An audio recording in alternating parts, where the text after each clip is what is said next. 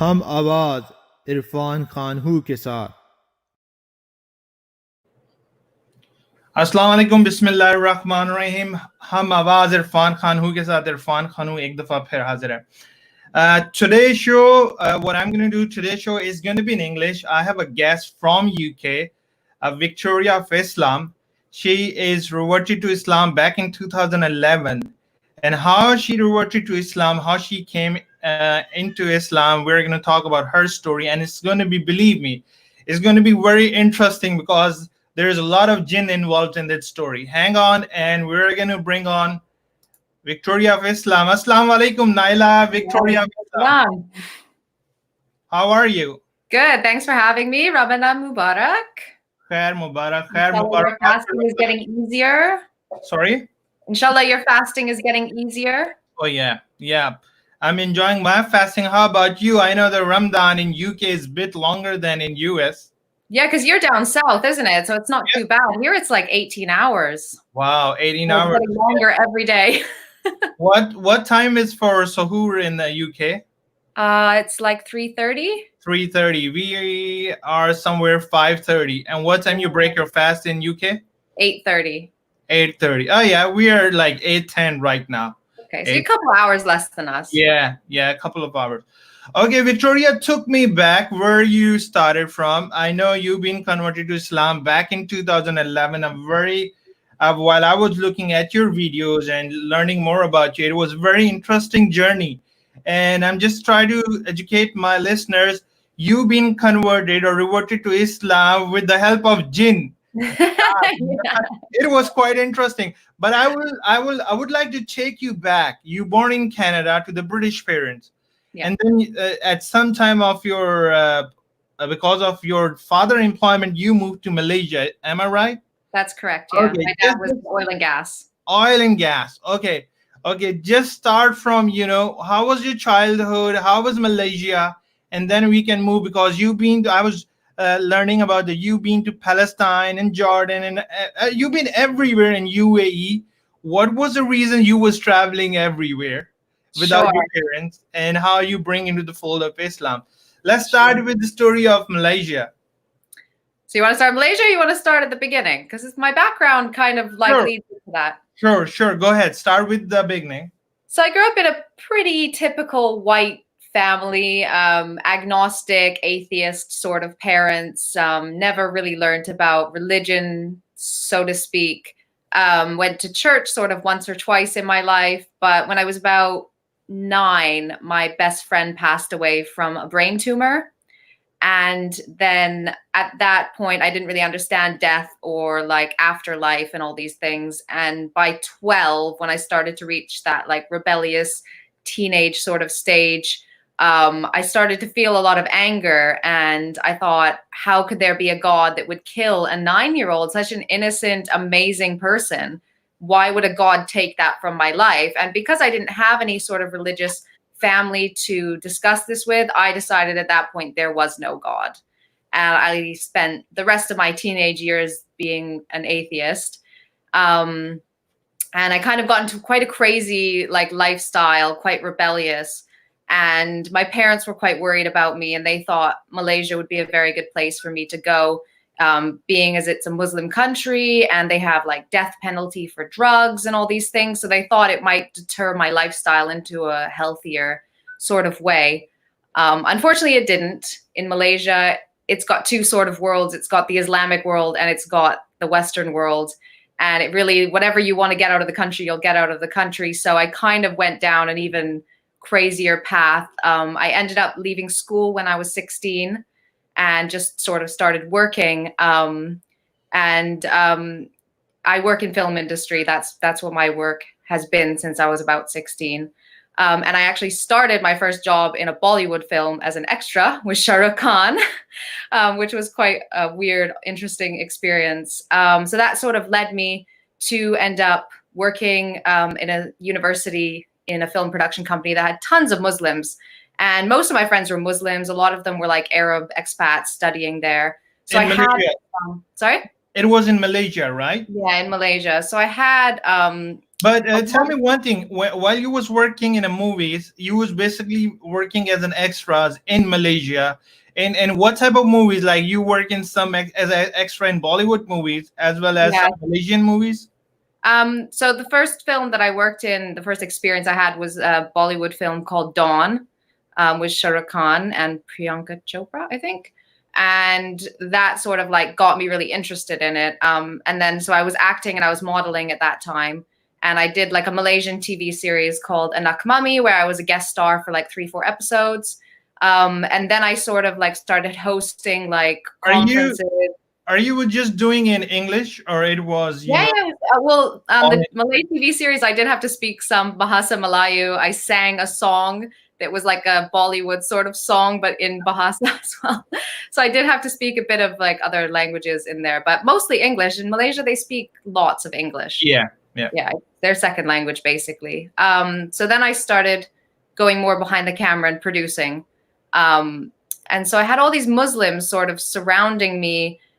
I wouldn't say they were practicing Muslims per se. In Ramadan, definitely. I'm sure they're all fasting and praying right now. Salam alaikum to all of them. And I didn't see Islam in them because, I mean, they were the kind of Muslims who would fast Ramadan, pray in Ramadan, not eat pork, but go drinking every weekend. Victoria, that's a story almost everywhere. Wherever you go, you see Muslims everywhere, but you barely see a really practical Muslim which really stick to the core values of Islam. We are mostly cultural Muslim, but there is some very good ones too, which really stick to the core values of Islam.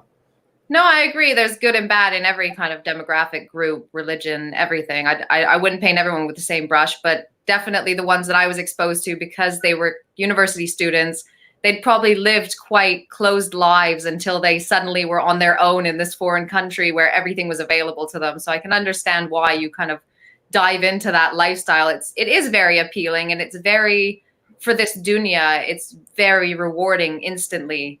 Okay. Let's bring you back where you was almost ready to become a Bollywood superstar. What's happened? I got from in front of the camera. I moved behind the camera. I enjoyed producing content and sort of being in control of what it looks like in the end, instead of just taking direction from other people. So I kind of was moving on with my career. I was really enjoying life. I had everything I sort of wanted at that time.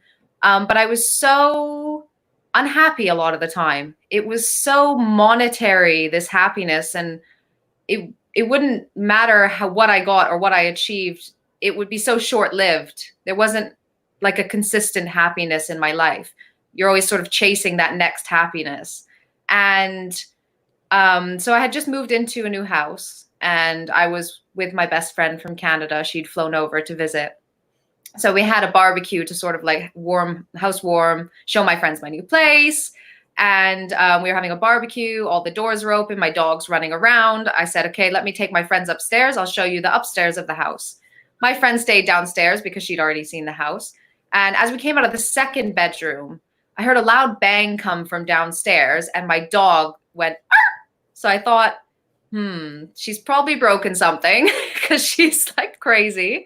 And I just ignored it, finished the tour, went back downstairs, and found my friend there looking absolutely terrified and just focused on the glass door.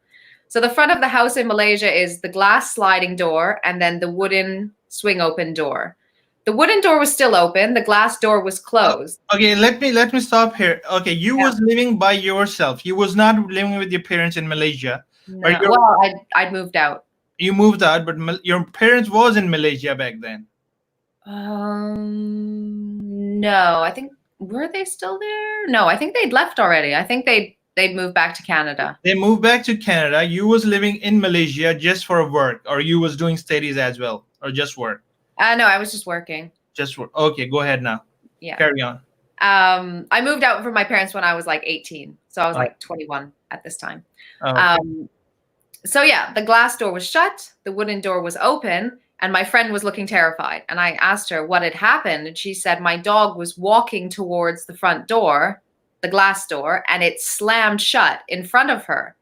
Nobody touched it, no wind, nothing. So we all got pretty freaked out. And we're like, okay, let's just go out. So we shut up the house and we left. Victoria, at that time, for how long you was living in that specific apartment complex or a home? It was an apartment? And I just moved in, like maybe 2 weeks, 1 week before. It was an apartment, right? No, it was a house. It was a house. An attached house, yeah. Okay, it was a house. You've been in the house for past 2 weeks, right? Maybe less, yeah. But it was very new. But that was the first incident what you noticed in the past 2 weeks, something started happening in the house. Yeah. And you just started happening.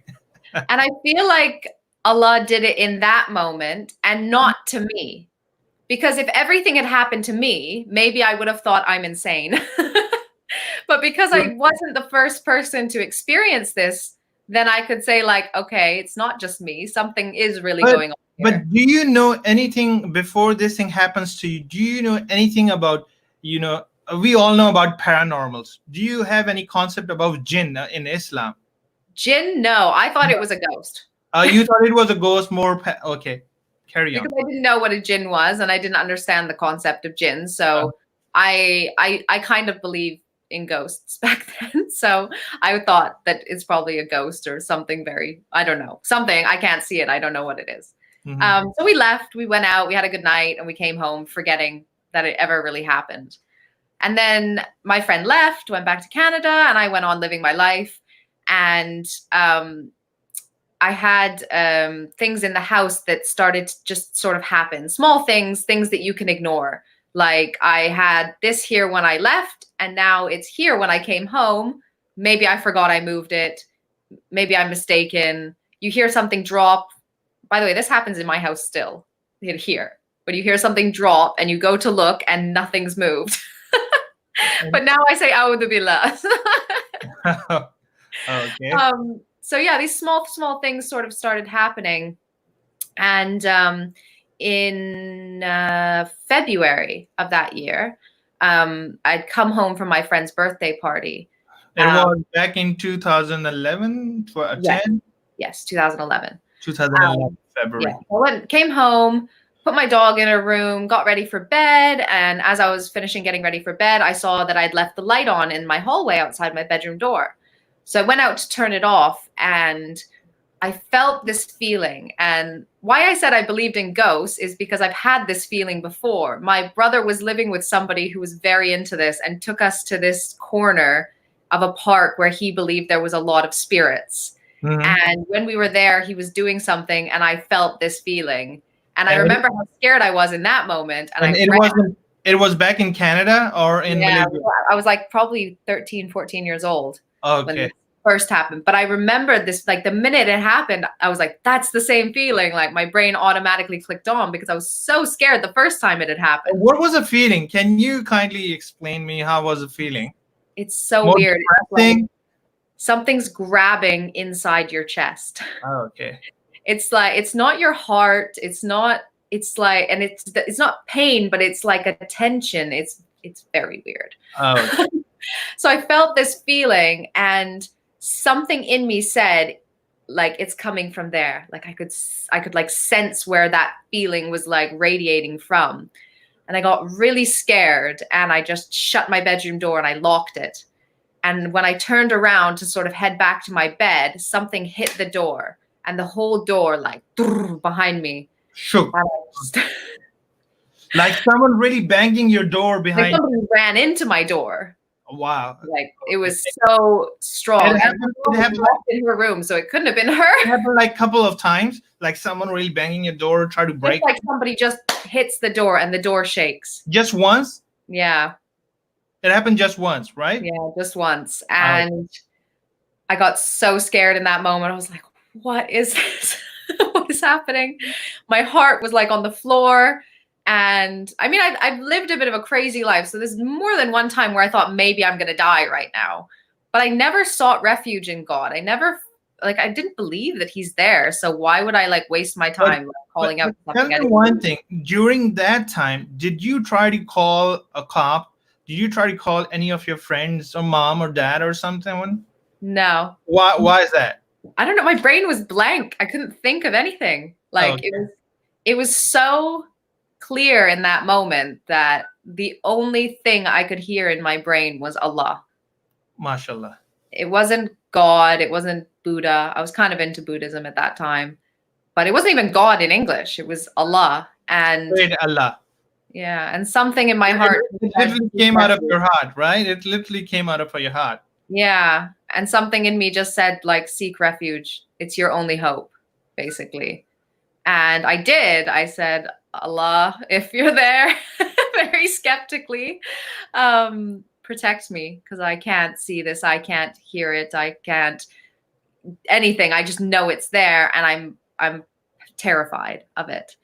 And so I went to bed, kind of laid down, put some TV on, try to distract myself, and I just fell straight asleep. But your dog was with you in your room at that time, right? No, she had her own bedroom across the hall. From the hall. Okay, because that's what I've seen in some paranormal movies. You know, like if you have a pet can see. I don't know about Islamic what the Islam says about it. If the pet can sense those type of paranormal. Have your dog feel any weirdness while he was she experienced the first thing, isn't it? Because she was the one walking towards the door when it slammed shut in front of her, but she never reacted to anything in the house, really. Like, okay, I never really saw her growling or maybe that's just in the movies. most probably, yeah, you're right. Yeah, so I laid down and I meant to search it before I came on, actually, but I forgot. There's an ayat in the Quran that talks about, like, Allah overcame you with sleep and brought the rain to, like, purify you. And that night it had, like, poured with rain. And I fell asleep so easily. And later when I read the Quran and I read that ayat, I was like, I feel like it was written, like, in my life.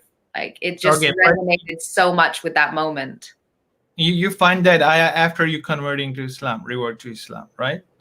I'm not sure where it is in the Quran. I was actually going to check that. If it's in the first half, yes, before I converted, I read it. If it's in the second half, no, it was after. But it was the Ramadan that I converted that I read it. So I woke up in the morning and I'm quite logical. I'm quite scientific. So the whole night was very peaceful. After you fell to sleep, the whole night was very peaceful. Yeah, I woke up for work the next morning. Okay. Nothing else had happened. So I woke up and I sat there for a while and just kind of thought about what had happened. And in that moment, I suppose what I did was I made dua, but I didn't know that I was making dua. And I said, Allah, if you're there, if that was you last night, thank you. And I don't know what this means, but if it means that you want me to be Muslim, then you're going to have to guide me. 22 years of my life, I didn't find any religion. I've been atheist.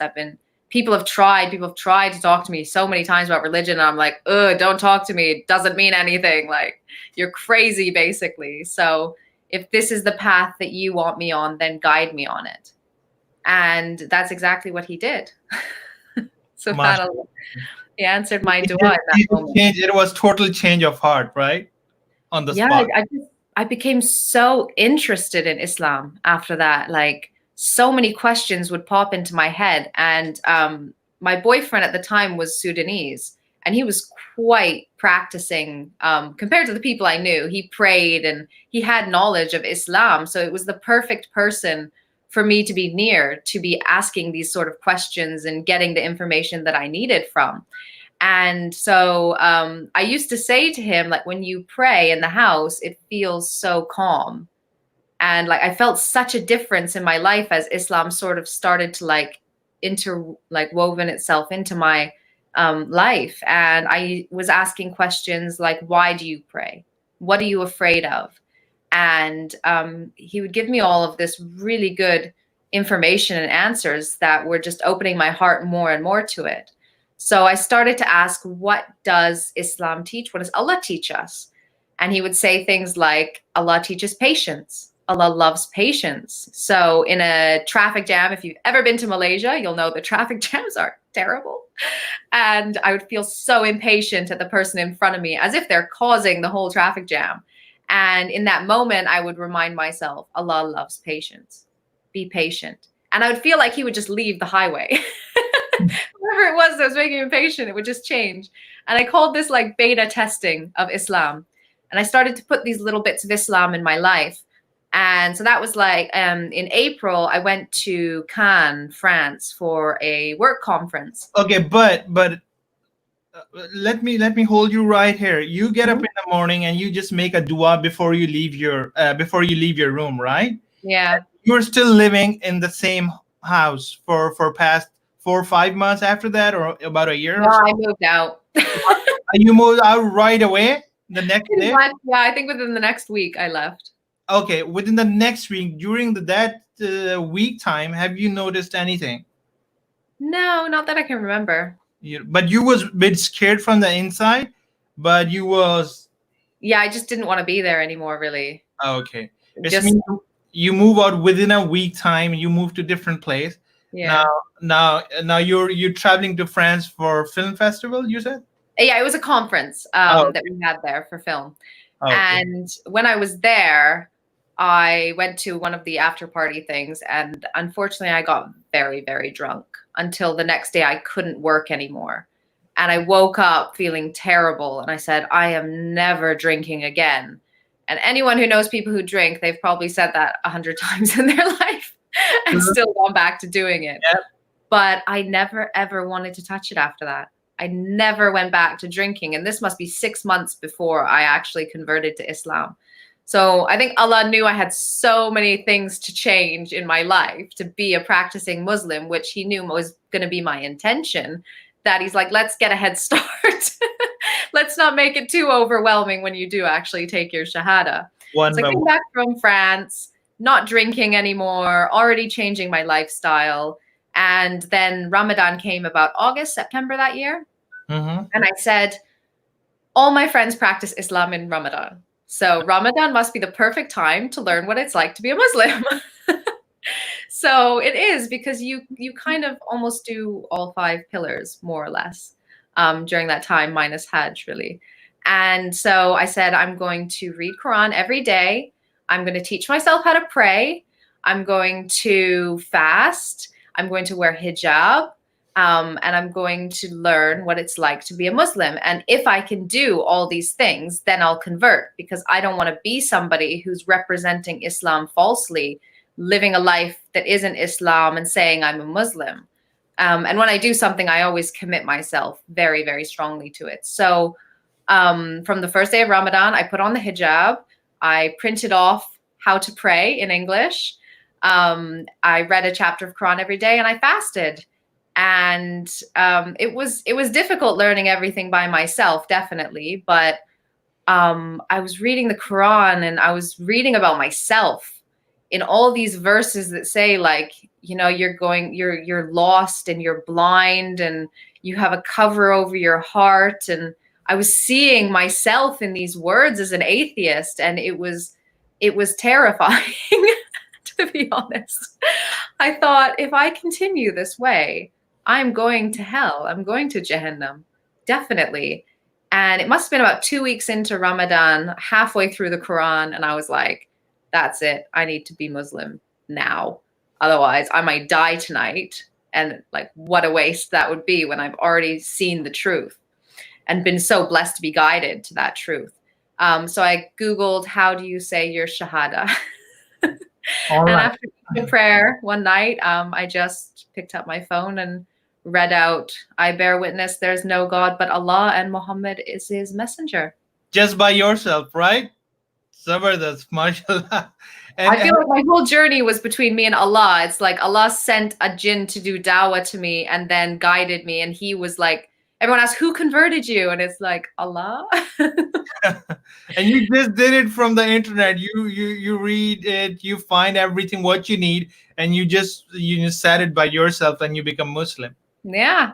No, even as you just said, you have a lot of Muslim friends. Any Muslim friend try to, I'm not saying try to revert you, or just try to teach you about Islam, that one day she might be interested and move towards Islam. It happens before converting to Islam? Yeah, lots. But you was never interested while they was talking to you about Islam. I was like, you guys are nuts. I'm like, you just believe this man-made mumbo jumbo. Some of my friends are like, because my name before is Victoria. Everyone used to call me Vicky. And they used to say, I can't believe if I would have put money down, I would have never said Vicky'd be the one to convert to Islam, because I was the most against religion and God and everything. I was the soldier against it with all of them. So some people like that knew me really well said, I always saw Islam in your heart. And I felt one day that you would convert when you were ready, because you have the moral sort of like values of a Muslim, and the way that I've been raised, I guess, with a lot of charity and kindness towards others, I think is what they saw. And they saw that as Islam. Perfect. But when you told your friend you become Muslim, how did they react it? Or they knew you were heading towards Islam since you had that incident with the jinn, and they knew you were heading towards, you'll try to learn it, and might be in a couple of months you will become Muslim? I mean, I think everyone was pretty surprised when I did take the leap. Some people who didn't really know, like who I know, but maybe weren't close enough to know what I was actually up to, didn't believe me, actually. Some people said that I was doing it for attention. Some people said that I was just faking it and I would go back to being myself after. And yeah, I got like so many mixed reactions, but the people who knew the kind of commitment that I had actually been on to do that really, really supported me in it. And they were so happy. And it actually started to cause almost a ripple effect. And some of my friends who hadn't really been practicing, like when I put on hijab, a couple of my friends decided they want to put on hijab as well, who hadn't worn hijab their entire lives. There was Malay friends? Yeah, Malaysian friends. Malaysian friends, okay. Yeah, so it kind of started like a ripple effect of people. And I think it reaffirmed some people's belief, because they saw how different I was. They saw how my life transformed. And the only way you could explain that was like an act of God. Nice. But when did you decided, because when did you move out from Malaysia? So I left Malaysia in 2013. And what makes you really move out of Malaysia? I married my first husband, who was living in Gaza. Wow. You moved from Malaysia, you moved to Gaza. Yeah. Wow. But it was after converting to Islam, right? Yeah, it was about a year and a half, I think, after I converted. After a year and a half, you marry him in Malaysia, right? Yeah, so he used to go to the university that I worked for. So I knew him from then, but he had been living in Gaza for the last while working. So he came there, we got married in Malaysia, and then flew over to Gaza. And how, because to reach Gaza is not an easy thing. You have to go through Israel, right? I went Egypt route, but the border is controlled partially by Israel. Oh, okay. And it was easier then. It was before the 2014 war. So the 2014 war really changed everything for Gaza. And that's when they sort of stopped opening the borders on a daily basis and really just open it a couple of times a year. It's mean you fly to Egypt, to Cairo, and you drive all the way to Gaza, right? From Cairo to Gaza? Through the Sinai desert where, Musa alayhi salam walked.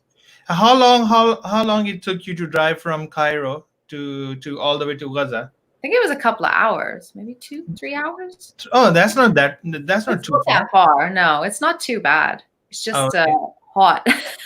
it's hot. And how long you lived in Gaza? I lived there for 2 or 3 months. That's it? Yeah. Okay.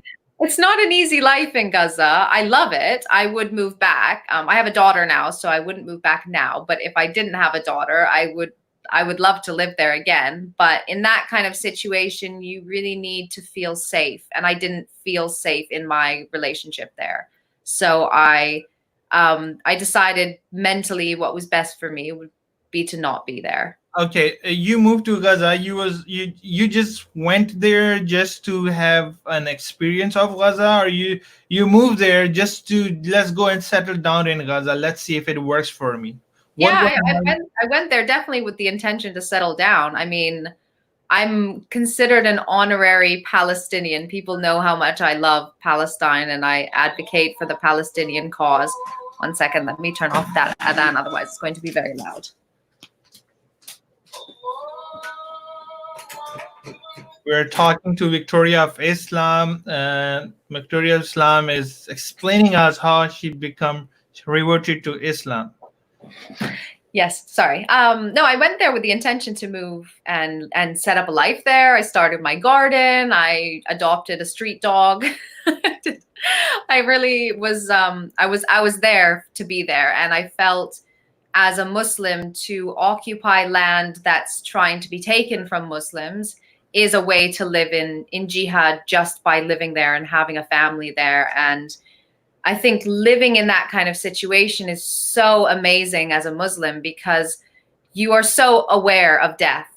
You know that war could break out at any moment. A drone strike could happen at any moment. I mean, Gaza's sky is silent except drones. You know that if there's an airplane sound, it's a drone because you can't fly over Gaza. So it's very, very eye-opening being there. And the minute the adhan goes, you're like, oh, wudu, pray. Because you don't want to be late. You don't want to miss that prayer if something were to happen. And you become so appreciative of the luxuries we live in the West. We have so much here that we take for granted. I remember after I'd left Gaza and I went to Dubai, I turned on the light and the light came on and I said, Alhamdulillah. Wow. Because in Gaza, you only get 8 hours of electricity a day. Wow. And what was the way of living in Gaza while you was there? I wasn't working while I was there because my Arabic was very bad. Still is. Your ex-husband, he was working or what? Yeah, so he was dealing with like imported snacks and stuff from the West. So he would sell those to like local shops. So everything there is kind of like small business. There's not really big companies and stuff in Gaza. Everything is sort of like a cell phone little business, whether it's a fruit shop or a kid selling sweet potatoes off the back of his donkey cart. Everybody's very innovative in how they find ways to make money there. But I was there just learning Arabic, kind of getting used to the culture, getting used to the city, getting to know my way around, that sort of thing. So yeah, I hadn't started working. I wanted to do some films while I was there. I was looking forward to like filming, maybe doing a documentary. Those are sort of my goals. You had all your equipment with you? I had a small camera with me. Okay. But what was a breaking point? You decide after 3 months, Gaza is not for me, and this relationship is not for me. I need to move on. Because for how long you been married with him? In total, it was like 4 or 5 months. Oh, okay. But when did you decide that is not for me? That the person or the lifestyle is not for me? Yeah, I think it was when I just started feeling unsafe in my own home. What makes you feel unsafe down there? I think I get triggered a lot by like aggressive behavior or like, you know, that sort of like when you get angry that things might turn physical or aggressive. That's a big no-no for me. I've suffered trauma throughout my life, which I talk a lot about on my YouTube channel about mental health and things. So that is something that I don't accept. And when you're living with such a threat as Israel, you don't need to feel like you have a threat inside your own home as well. And then it started to really take a toll on me mentally, not feeling safe ever. And it was a quick decline. Oh, okay. It was from the man, not from the, right? It was from, he's a short-tempered person? Yeah, I think so. Okay. And after 3 months of living in Gaza, what makes you decide to move to UAE, not back to Malaysia? So I'll tell you the story about leaving Gaza because getting into Gaza was pretty easy, actually, because I had a letter from the government and it flowed quite easy to get into Gaza. Getting out of Gaza is a whole different story. So what you have to do is leave very early in the morning and get to the border at about 6, 7 a.m. You get there and you give them your passport and they'll give you a ticket. And did he help you or he become? Yeah, he took me out of Gaza. He had to. I mean, there was no other way. You have to get me out. So him and his mom took me to the border. So they give you a ticket and then you have to wait for your ticket to be called because you have to take a bus into the border because you can't just go into the border like that. You have to be authorized to actually enter the border itself. And then you go in and so basically I had a friend who had a connection at the border who was going to help me get through. And unfortunately that connection only spoke Arabic. So on the bus on the way in, I met someone on the bus and I said, hey, could you like help me speak Arabic to this person? Like I need help to get through the border, da, da, da. And he said, yeah, fine. So he spoke to the guy and I found out later, he actually said, if you don't help me too, I'm not helping her. So he basically took advantage of the situation that I was in. And then the guy didn't help me either. So I was at the border by myself, not speaking Arabic. And you enter this room and it's a massive room filled with like 1,000 people. And you just sit there. This is like from 8, 9 o'clock in the morning. You just sit there and you wait. And I don't know what's happening. And I have to stay with my bags. And there's just like, it's really like confusing and scary. And eventually, I think it was about 6 o'clock, I got through, 6 p.m. So I've been there the entire day. I had a taxi waiting on the other side for me who spoke English, who my friend had arranged. And so I got through, finally had my bags and stuff. The guy who was like supposed to be looking after my bags, but didn't, wanted to like charge me so much money for like not looking after my bags. And I was just like telling him, la. All I want to do is get out of there. And then like, he just like took some money from me and went. And then I got to the gate and I was like, I don't even know who this taxi driver is. And luckily he's like, white chick, she's the one that I'm looking for. And he called to me and I got in his taxi and I just broke down in tears. I was once you cross the crossing, right? Yeah, I was in Egypt. I got in his cab and I just cried. And he was such a kind man and he didn't know what to do with me. And he's just giving me tissues and like, what do you want? I'll give you anything. Please stop crying. But what makes you crying? Because you was like being there for such a long time, waiting for 10, 12 hours, just in a waiting room. All so traumatic. And the feeling of finally getting out was because like when you're in there, you just kind of have to block all these emotions and just get through it, you know? And then when I finally felt I was in this safe place in this cab, I felt like all those emotions of like hardship and struggle that I felt I'd been through kind of just poured out of me. And he's like, what do you need? And I was like, take me to the mosque. I haven't prayed. I just want to pray. And so he took me to the mosque. I prayed. I felt relieved and I felt reconnected with God. And as we were driving sunset through the Sinai desert and it's gorgeous. It's just gorgeous. And I was looking up over the sand dunes at the sun setting and I was thinking about Musa alayhi salam and being lost in this desert for 40 years. Wow. And my problems felt so small. Yeah, when you think back how difficult it was back then, it's you always feel how blessed we are. Yeah, and it made me feel so much better about myself, and it made me feel really blessed to be in that place as well because so many amazing things had happened in that desert that I thought, I'm lucky, and I'm lucky to be out, and I'm lucky to be alive. So I went to Egypt and a very good friend of mine's mom and dad took me in for a couple of days because I didn't know what I was going to do. I didn't know where I was going to go. I didn't feel like I could go back to Malaysia. I didn't really want to go to Canada. I wanted to stay in the Muslim world. I was Muslim.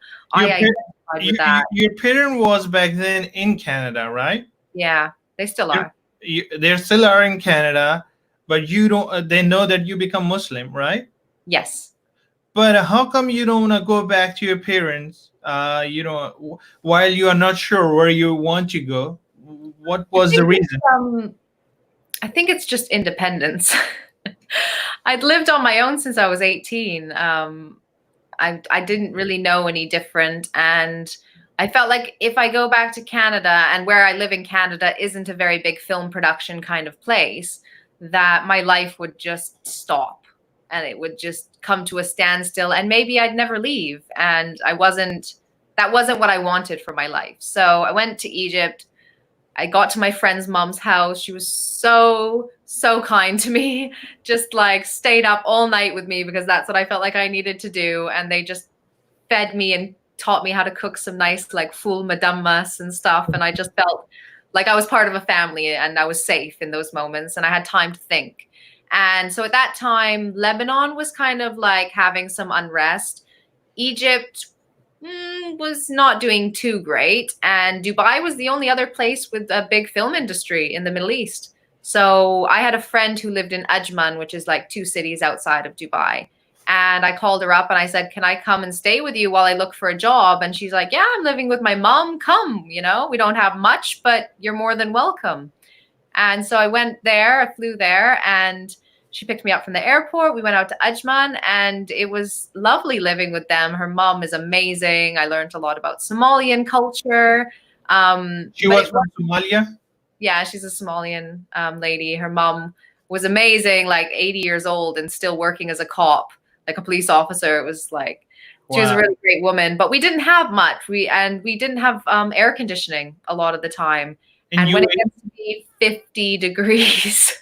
Wow, not easy, right? Sorry, that's Celsius. I know you're in America. I don't know what that is in Fahrenheit, but it's a lot. I know 50 is a lot. Celsius. Yeah, it should be over 100. You know, if it's 50 Celsius, Fahrenheit should be around 112 or 110 at least. It's a lot. It's a lot. And I got there and it was a struggle to find a job as a hijabi, which is weird because I thought I'm going to a Muslim country. They're going to love me and accept me and I'm a revert. And it was not like that at all. In a film industry, that's what you're talking about, right? Yeah. How come you haven't thought about moving to Turkey or any other place? What makes you decide to go to UAE? Because you have some friends down there? I had a friend there, and also it was probably the language issue because they do film a lot of Hollywood stuff there. So I know they do have English content. And Turkey, I think almost all the stuff they shoot in Turkey is in Turkish. And I didn't have any connections there. I didn't really know anybody there yet. So Dubai seemed like the best viable option. So yeah, I searched for a job for about 6 months. I was jobless and I was going broke. In Dubai, right?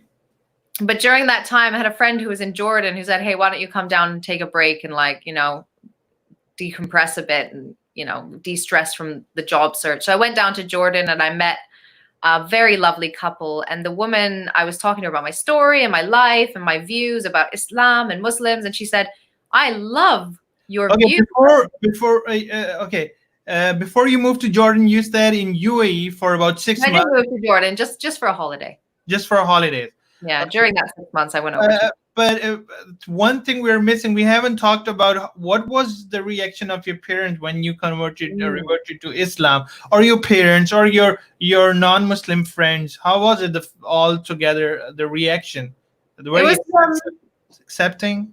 Yeah, I think everyone I know is very accepting. I think the Canadian mindset, that's where most of my non-Muslim kind of connections are, is very open-minded. In Canada, it's a lot different than the States. Like, we don't say African Canadian or Vietnamese Canadian. Like, everybody growing up was just Canadian because we were all sort of first, second generation immigrants. I mean, my parents came from the UK.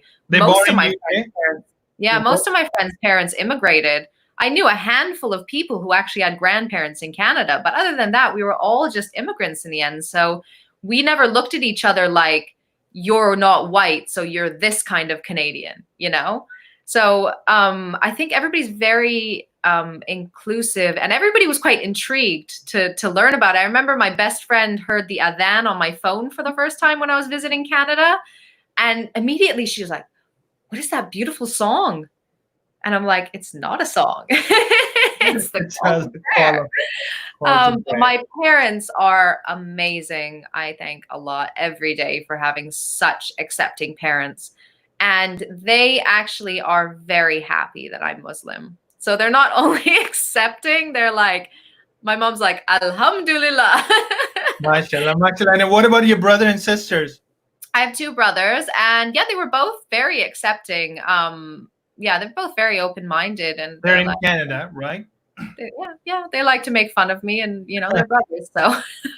Any chances of your parents, you think, or you make dua for your parents, say, may Allah give them show them a right path, Yeah, I do, definitely. I always I've gotten, because my daughter, she kind of like does it on my behalf, so she like forces them to pray with her.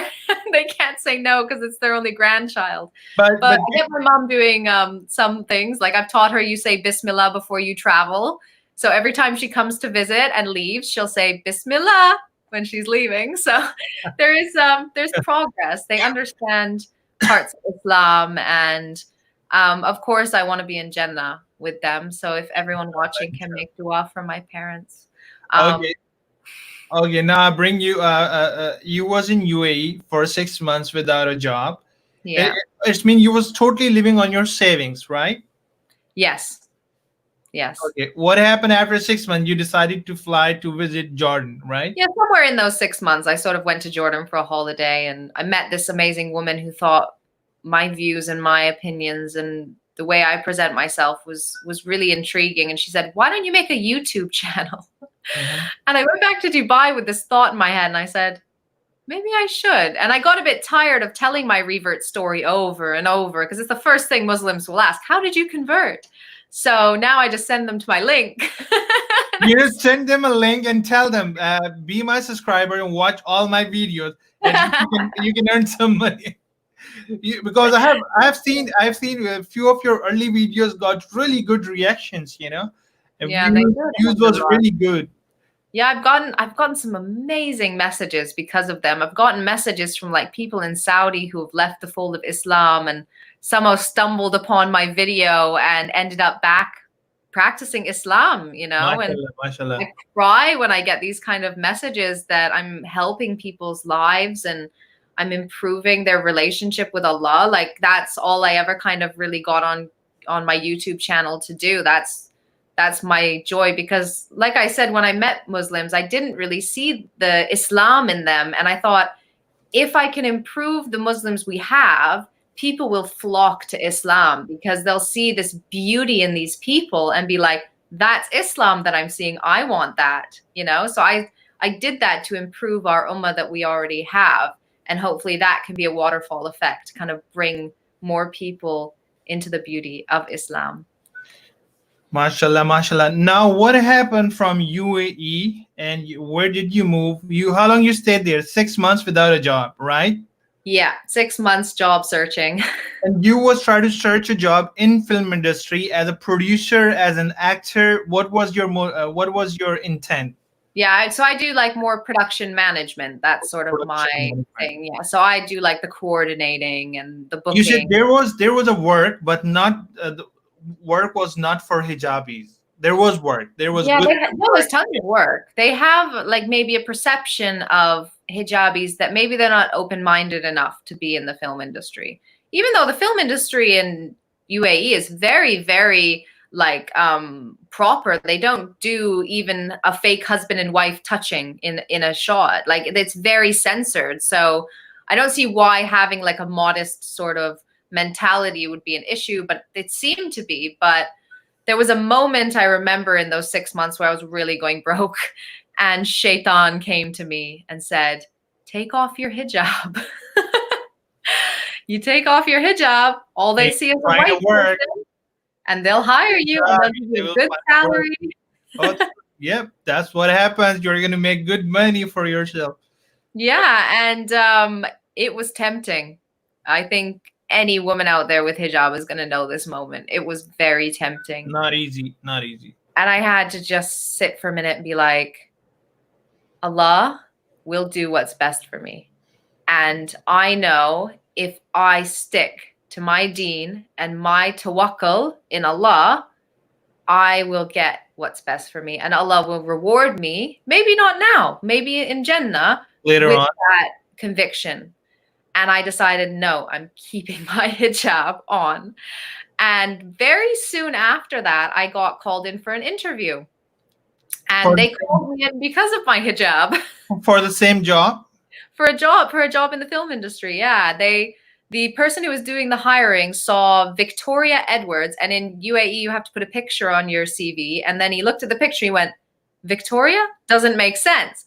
What is this? And he actually called me in because he was so interested to hear my story, and I clicked so well with the two bosses of this company that they're like, you're what we're looking for, let's hire you.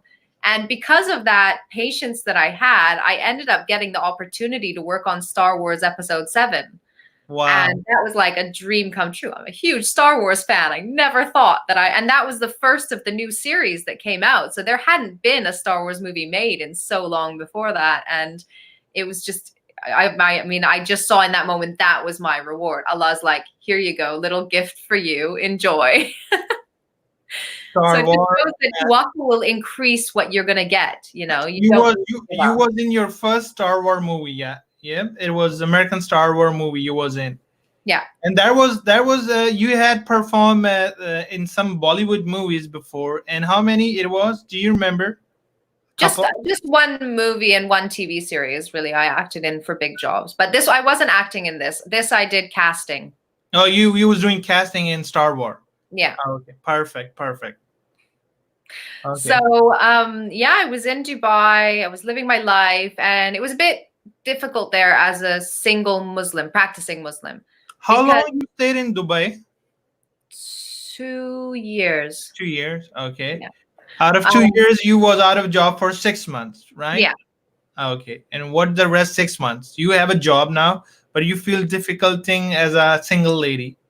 Yeah, because in Dubai, it's got, like Malaysia, it's got the Western party world, and then it's got like the Muslim families. And I didn't fit into either one of those. I didn't feel like there was a place for me to find friends, to socialize. And it was a lonely life there. I think as a family, it would be really lovely, but as a single person, it was just a bit boring, to be honest. And then I met my second husband. He actually met me through my YouTube channel. He was your first husband. He was from Gaza, and your second husband, he was from where? He's Moroccan, but he grew up in the UK. Okay, Moroccan, UK. Okay. Yeah. So we got to know each other, and eventually decided that we wanted to get married. And so I moved to the UK. Left my job and everything in Dubai and moved. But you was loving your job. Your job was good enough for you.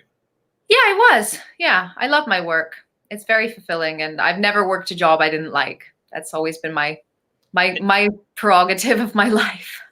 When did you move to UK? 2014, I think. 2014. Okay. Yes. Yeah, end of 2014. You got married in UAE or you got married in UK? In the UK. In the UK. Okay. Yeah. You got married in UK. You moved in 2014. You were in UK. You got married, and now. And I had my daughter the next year, so I did not work or anything for that time. But yeah, I've just been raising a tiny Muslimah. Mashallah. And when did you? Since 2014, you were in UK, and when did you start working? When you start working back in the? So I just started working again last year, after my marriage broke down. In 2019. I decided to get back into the. But during all this time, you was totally vanished from the YouTube. What makes you totally vanish from the YouTube? Unfortunately, the relationship that I was in didn't allow me to be who I want to be. Okay. I was made to shut down sort of all my social media. Yeah. Okay. Which was sad for me because I love all of my people on YouTube, and I felt so like I had a purpose in life when I was doing it. You know, I was doing it fi sabilillah. I didn't even monetize my channel at that time. Everything was just for the sake of Allah, and it just made me feel so close to Allah, and it was difficult to be. Are you thinking to monetize your channel now? I am, because now I'm a single mom and I need to work. You need to work. You need to make money out of it, right? But working with a child, yeah. but now you need a lot of views and a lot of hard work to get monetized. Yeah, I know. I need 10,000 hours watched. It's 10,000 hours. Uh, okay, it's 400,000 minutes. I think something a little over 400,000 minutes in 12 months. Okay, this will be the last part. You know, this will be the last. I used to have that before as well. So you had it before? Yeah, I could have monetized my channel before. I chose not to. Wow.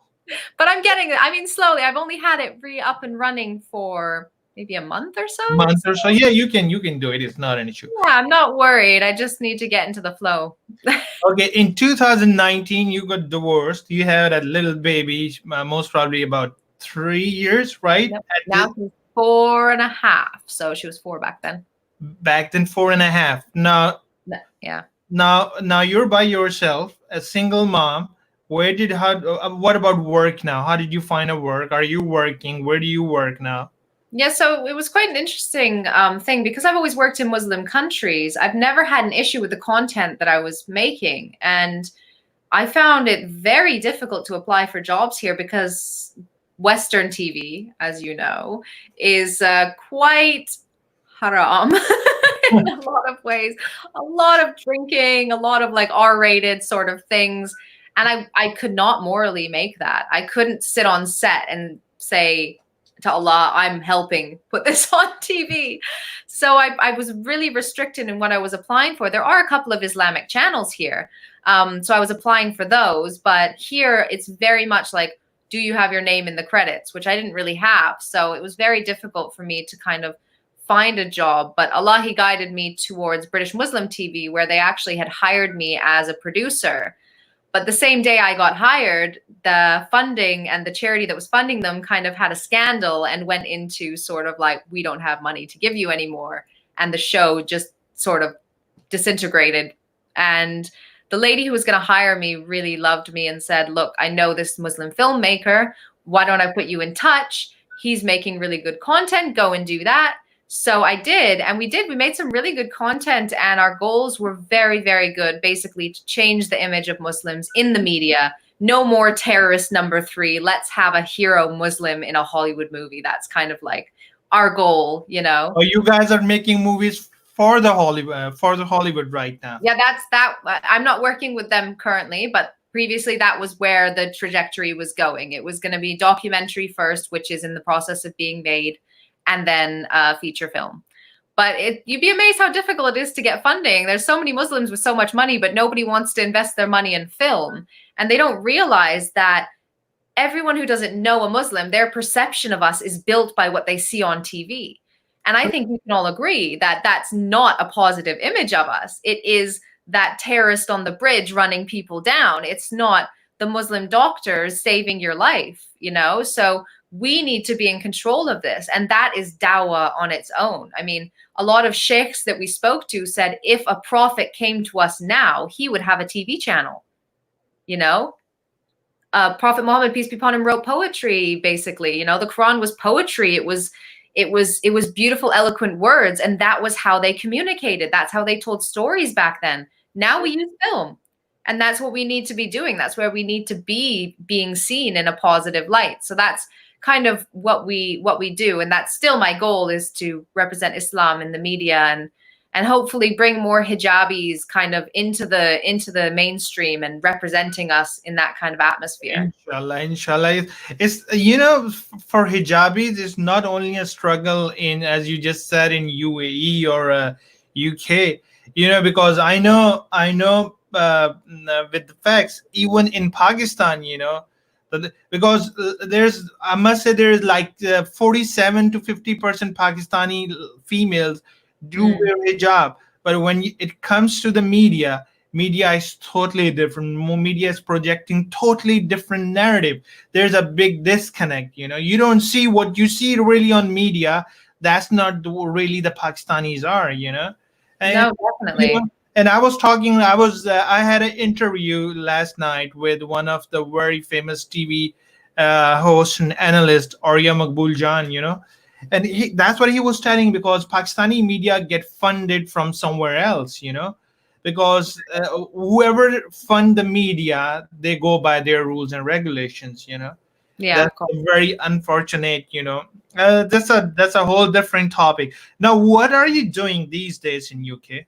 So now I'm just focusing on my YouTube channel. I've been doing some live shows like with you, speaking a lot about mental health during the lockdown. I'm a big advocate for opening up the discussion of mental health within the Muslim communities, trying to break down that stigma that it's a shame on the family if somebody has mental health, that it's showing you have low iman or whatever, because I can tell you I've suffered mental health and I never stopped praying.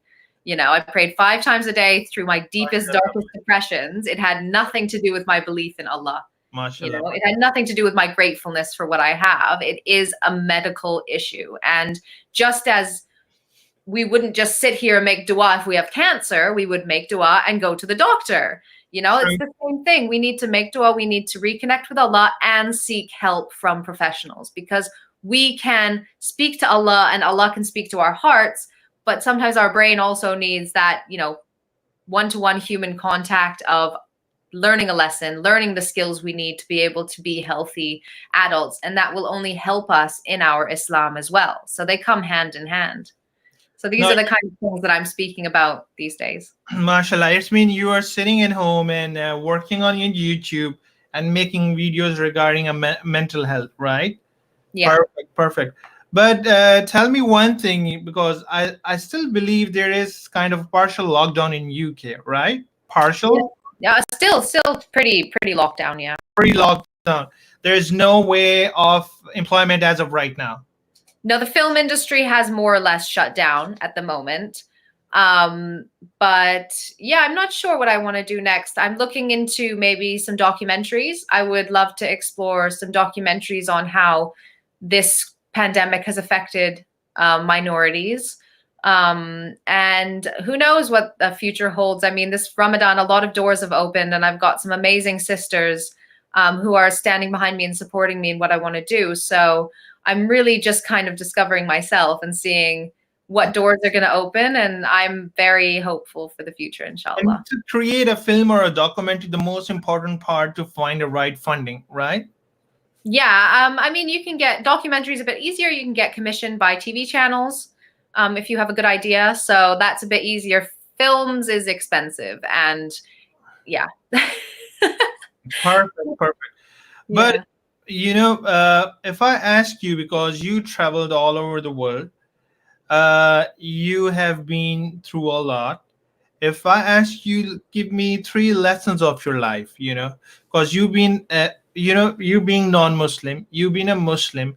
What, with my experience, what I have learned through meeting a lot of converts, they always find little difficult, they always think that Muslims, like people like me who are born Muslim, they don't find really a support system. The convert or revert Muslim don't find really a support system, right? Yeah. How true it is. Tell me about that.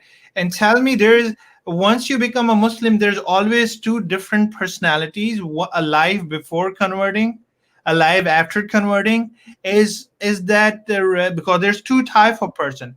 I know, because if I grew up as a non-Muslim and then convert to Islam at the age of 20 or 25, there's a lot of things as a non-Muslim I've cherished while I was so young. Yeah, I have such a beautiful memories. It always comes in my mind. I have a different sense of humor. I have a different taste. I have a lot of different memories, which it's really hard for me to really delete it from my back end, right? Yeah, definitely. How do you handle all that stuff? It is hard, actually. I find it difficult to connect with Muslims, born Muslims especially, because I feel like I am 2 people. And the people who know me from before and who still know me now would know me as Vicky, and they accept all that kind of who I was. And everyone who knows me now knows Nailah. And sometimes I feel like I can't be both of those. I can't have my weird sense of humor that is Vicky and be this, like, try to be pious and modest kind of Muslim at the same time. And I feel often I can't express myself as who I really, really am. It is a big pull. And when unfortunately, Muslims are quite tribal. I saw this in this university I used to work in, where everyone there is pretty much Muslim. Most of them are from the Middle East, but everybody's sitting in their own country's table. You know, in the eating area, you'll have an Algerian table and a Palestinian table and an Iraqi table, and nobody's mixing with each other. And I'm like, I don't fit anywhere, yet I fit everywhere. So I used to just kind of bob from table to table and mix with any nationality. But it's the sad fact that you don't feel that one ummah. Everybody wants to care for each other. Everybody cares about each other's struggles. But Victoria, that's a fact. You know, we call it a security in numbers, and security terms. It means security in your own culture. You know, though they might speak the very similar type of dialect of an Arabic language, but they still feel the comfort within their own cultural zone. If I came from Gaza, if I came from UAE or Egypt or what, because they feel more comfortable to sitting. People came from the same country. Even you break down the countries, people are more feel comfortable hanging out with the people with the same city. If, you know, it's all about the comfort. But it's not easy. Sad though that we don't feel so comfortable just being with a Muslim. You know, we need that extra tribal connection, and that's unfortunately what's divided us as Muslims. True. So I think one of the first things I learned is see no boundaries, see no borders. You know, don't look and don't judge and don't paint everybody with one brush from that country. You know, like people would say, like, "Oh, why did you marry a Moroccan? Moroccans are like this, da da da." I said, but I don't see everybody the same. You know. True. And there's good and bad in everybody. There's good and bad in anything you look at. So I can't say everyone from this country is this or that, you know? So I think the first thing is that stop looking at borders. Stop only caring about the woes of your own country, you know? We need to care about our ummah as a whole and start looking at each other as one instead of, you know, so many divided ones. And I would say the second thing that I've probably learned is stop judging people. Never judge the book by its cover, right? I mean, we judge so much as Muslims. True. Oh my goodness. You know, when you judge people, you don't have a time to love, you know? I know, and you need to look at your own flaws. I know some women who don't wear hijab, but have more iman in their heart true. Than somebody wearing a niqab. Absolutely true. Absolutely. You know? But you'll look at that girl with no hijab and be, oh, how could she dress like that? It's like, no. You know, your hijab isn't just your clothing. It's in your heart, you know? So you're not practicing both. You're not actually wearing it. You know, Victoria, what's my experience is your ikhlaq, your mannerism, your behavior towards other, how kind you are, you know, your compassion towards others tells how good of a person you are. If you are such a good of a person, you can become good of a Muslim. If you're not a good person, your ikhlaq, your manner, your compassion, you're not going to be a good Muslim. That's the way I look into the things, you know. If regardless if he's Muslim or not, if he has a great ikhlaq, great manners, a man of compassion, a woman of compassion, he or she is a good person for me. That's it. Yeah. And I guess the other thing that I would say is live as today is your last. True. Give as today is your last. Care as today is your last. Pray as today is your last. We're so future focused all the time. Yes, have goals. Set ambitions for yourself. I mean, our golden age of Islam, we invented and created. Yes, we need to get back into that mentality. Where are all the Muslims doing amazing things these days? But you need to also be so present. And when you're present, you can appreciate. When you're always looking at what's next, you don't appreciate what you have right now. True. And all of us are living in a house with internet, okay? And already you know that you're at a certain level. True. You know, so I would say definitely look at your life, appreciate what you have, appreciate your health, and your family and the people who love you. And if you are struggling, to reach out for help and don't always try to look towards a positive side. Yeah. definitely. How do you coping up with this corona thing since you are all bounded to stay in your house for past almost 2 months now? Yeah, I think it's like 6 weeks or something like that. Yeah. It's been hard. I've been homeschooling my daughter. And I'm not a teacher. I need a little bit more patience, which is what I've been working on in myself this Ramadan. But I have, as I do everything, taken a difficulty and a struggle as a chance to grow, a chance to improve myself, a chance to heal. Because if we're not going to take difficulties and struggles and trials as a chance to do something better in our lives, then it's a waste. You just sat there and suffered for nothing. So I've really taken this time to have a look back at my life and to understand myself a little bit deeper, my goals a little bit more, appreciate what I have a bit more, and just try to stay positive throughout it, and take my one exercise a day and go out and do it and enjoy like the sun when it comes out for a little while. And I think I've actually done relatively well in lockdown. Good. Mashallah, tell me, you've been married twice, the learning from getting married twice, what you learned that next time you can fix, that part need to be fixed. That's the learning. That's where I need to be more patient. I need to be, what is the overall learning, Don't be I have learned a lot. Too quick to jump. No, I've actually spent the last couple of months reflecting a lot on marriage, on why do we have such high divorce rates nowadays? And I think everywhere, and especially in the Muslim communities. And I think what everybody needs to do before they get married is think about every aspect of their life and put somebody in that with them. And think about what they would need from their partner in that aspect of their life. Because if you go into something not knowing what you want, not knowing what you need from your partner, not knowing what kind of life and roles you're both going to have, then how can you expect that person to fit that expectation? So we go into these having these expectations that we've never shared with our partner, and our partner maybe can't fulfill them, So I think the first thing is to honestly look at yourself. What do you need? What do you want to be in that marriage? And then express that honestly to the person that you're planning on getting married to, and have them express it honestly back to you. And I think people need to stop lying about who they are, because when you get married, you will know. When you live with someone, you will know every terrible thing about each other. So it's very important to be upfront and say, hey, look, these are my difficulties. These are where I struggle. This is where I might be a bit annoying.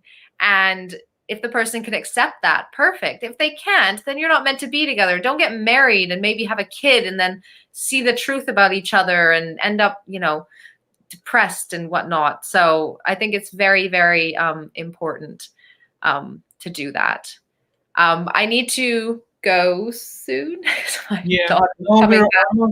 We're almost the end of our interview, and it's been great talking to you.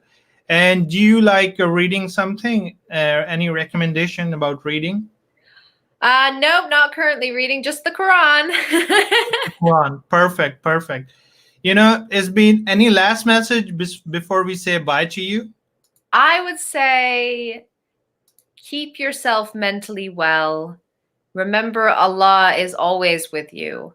And when you feel at your lowest and most afraid, just remember that you're not alone in that moment, and try to see the miracles of Allah in your everyday life, His interventions that have gotten you to the part that you are, the footsteps that have taken you to who you are now, good and bad experiences, and kind of see how Allah's life plan for you has sort of led you to who you are. And it will let you appreciate the good and the bad that's happened, and it'll make things look a little bit more bright. What we call it an attitude of a gratitude. Always be thankful what you have. If you want to get more, always be thankful to try to share with others. Inshallah. Well, I'm very grateful for you having me on your show. It's been a great talking to you. It's been such a learning, and it's been, It's been an honor for me that you gave us the time to for your story to go viral to people who really want to know, you know. And inshallah, we will keep in touch. And thanks a lot for giving us the time. Assalamu alaikum. Wa alaikum salam. Have a lovely Eid ahead, inshallah. You too. Take care. Bye-bye. Bye.